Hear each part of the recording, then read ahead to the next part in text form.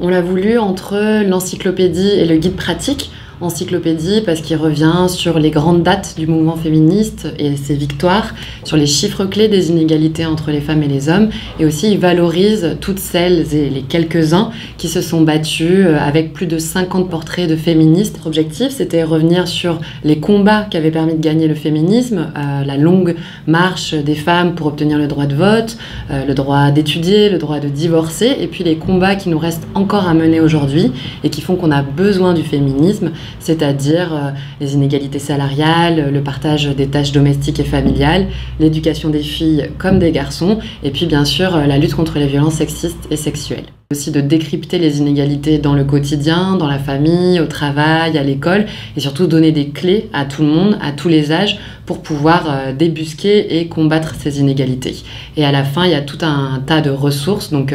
10 titres pour une playlist féministe, les 10 films à ne pas manquer, les 10 contacts à retenir, que ce soit le planning familial,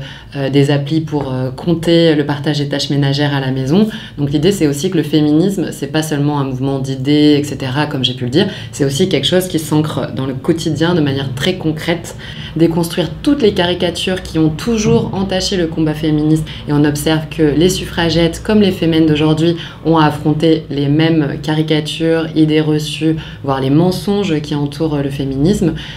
Et notre objectif, c'est de montrer que le féminisme, c'est tout simplement vouloir et se battre pour l'égalité entre les femmes et les hommes. Donc c'est un combat positif, un combat qui nous apporte du mieux, un combat pacifique, et donc notre objectif, c'est d'embarquer le plus de monde avec nous. C'était très important de valoriser tous les écrits qui ont jalonné, qui ont fait la richesse de ce qu'est le féminisme aujourd'hui, un mouvement d'idées, un mouvement politique, un mouvement social